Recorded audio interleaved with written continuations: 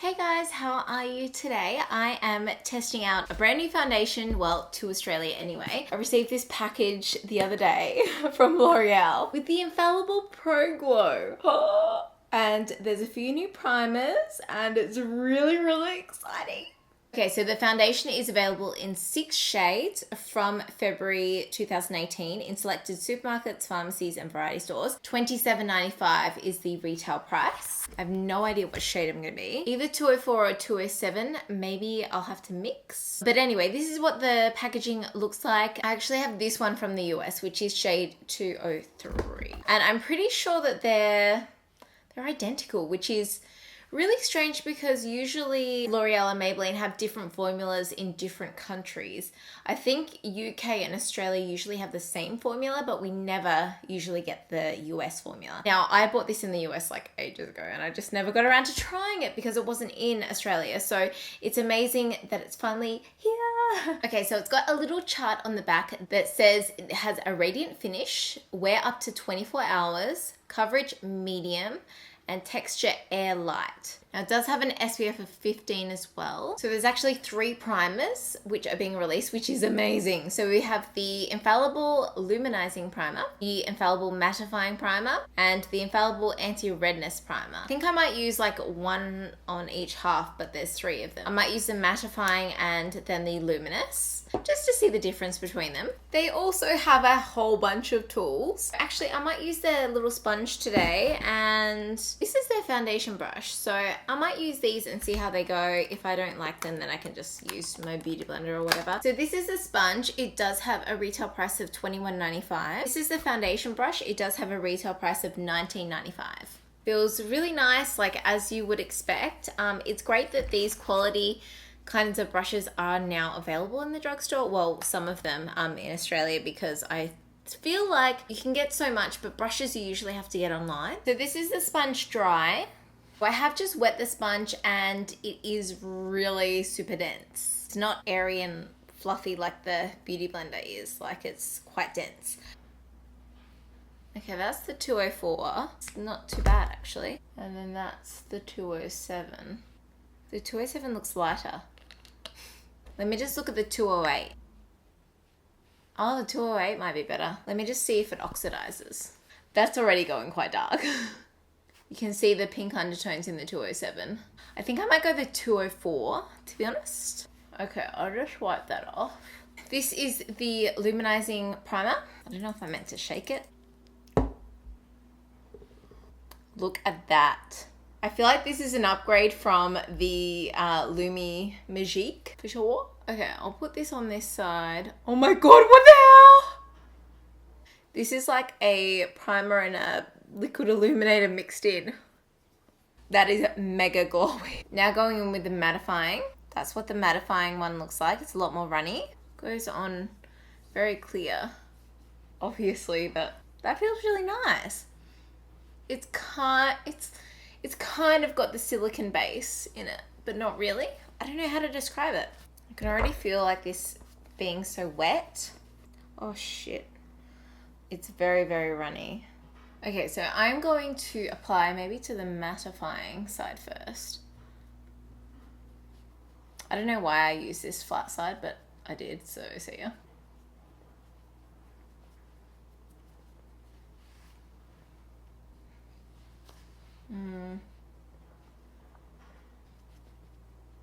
It definitely does need some blending, which kind of takes away the coverage. So there's one side. It's got quite a nice finish. I'll pop a second layer on because I already put some on my sponge because I forgot about the brush. I think because of the formula, because it being like a luminous foundation, it's just a bit more wet than the matte foundations that I've been using lately. Also, if you didn't know, I do have quite oily skin, especially now that it's in the summertime. I just get very oily and shiny very quickly. This sponge is super hard. Okay, I'm gonna pop some on the brush. See, it's super runny. Ooh, the brush is quite nice. Just like paints it on.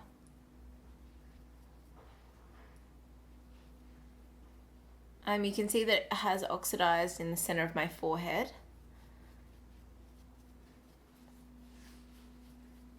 You can see the difference in the color.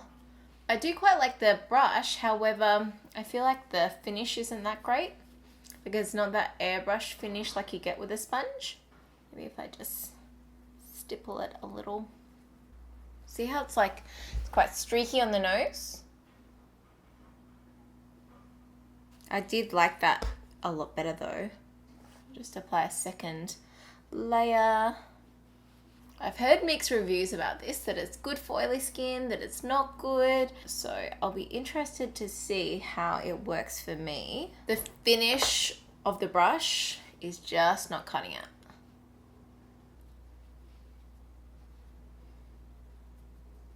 Although I can already see that there's more coverage on the side with the brush. I try a little bit more on this side. I'm really hoping you can't hear that excavator. It's so loud. Here we have 2 coats. This one's kind of got 3. Obviously you can see that the formulation is dewy, it's glowy. For me, I will be setting it with a powder because otherwise it's going to slip off my face. But I hope that you can still see that glow, and I expect it to be after like an hour or two's wear, it comes back and looks even better. You know what I mean? So yeah, I preferred the brush application compared to the sponge, but then the sponge over the top. But yeah, I'd probably just spend the extra couple of dollars and get a beauty blender, to be honest. Now it is 11 a.m, so I'm gonna check back in with you when I have finished my full face, and yeah, I'll do a flash test and everything like that. Okay guys, I have finished applying my makeup. It's now 11:40. So I set my face with the NYX No Filter powder. So far, I can't really see a difference between the 2 sides, I don't think. I found the coverage to actually be pretty good. Like I've got a pimpy down here and it covered it pretty well, and I've got some scarring going on. So I'm pretty happy with the coverage. I guess we're just gonna see how it wears. I will go ahead and do a flash test right now. As per usual, taking on my Sony A5000. Okay, natural looks gorgeous, natural lighting. Studio lighting looks good. There looks like there's a bit of flashback. I'll show you with studio setup with flash without, in a dark hallway with flash and natural lighting, as I usually do. Sometimes on this camera they can look a little bit funny. I might put them on my phone.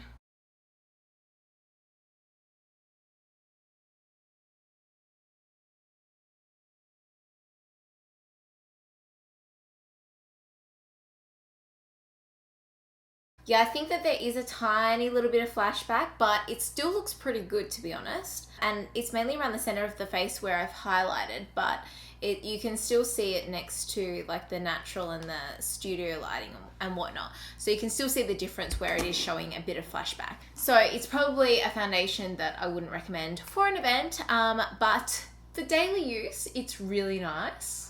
So far anyway, like I've had the foundation on for like 40 minutes. But what I'm gonna do is wear this foundation throughout the day and check back in with you as I've worn it a little bit longer, and also at the end of the night to see the final wear test and check in and everything. I don't really know what to expect with this foundation. I know it's a glowy foundation and I have said it, so we will see how it goes. All right, I'll see you soon. Guys, it's 12:40, but I forgot to show you a close-up of the foundation, so I just thought I'd do it. This is the matte primer side and the glow primer side, or luminizing side.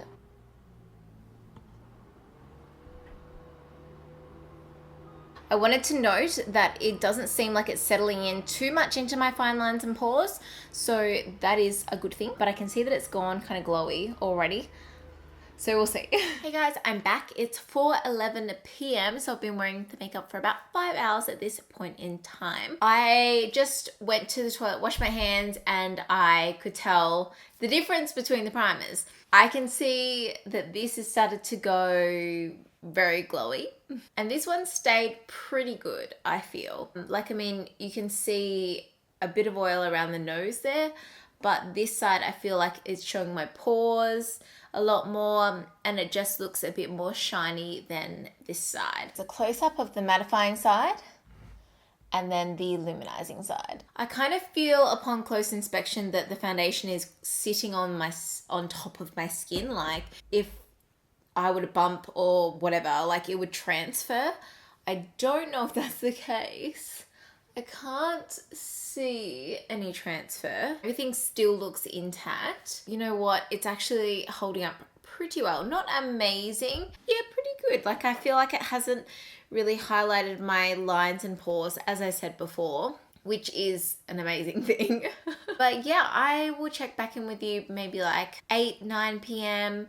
Okay, bye. Hey guys, I'm back and it's about 20 past 9 p.m. So I'm back for my final check-in.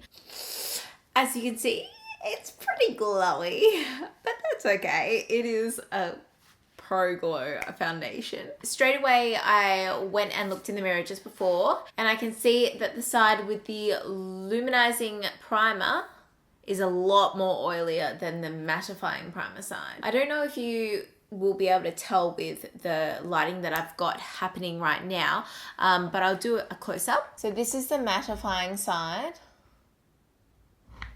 and the luminizing side.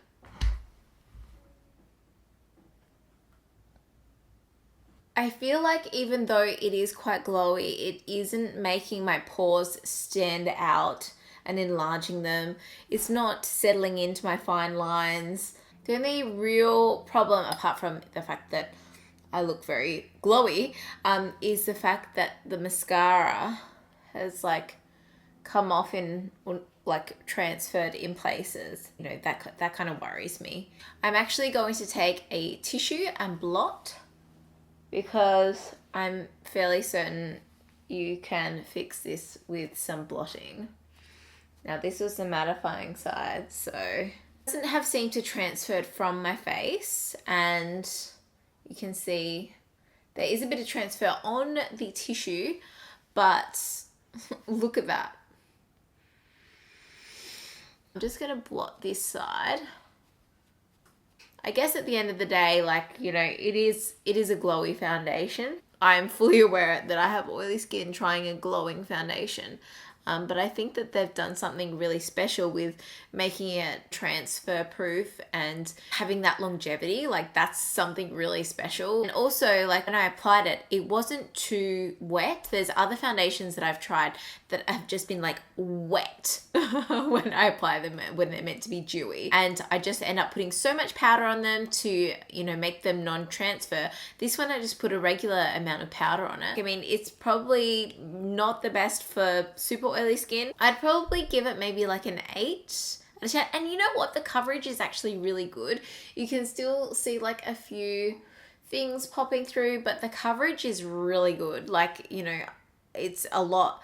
The fact that it says medium coverage, some full coverage foundations don't even do this. So I think this is something that I do definitely want to continue using. It was easy enough to apply, and it's a drugstore foundation. So yeah. So do you think that you'll be picking this one up? I would love to know. Don't forget to thumbs up and subscribe, and I will see you in my next video. Bye.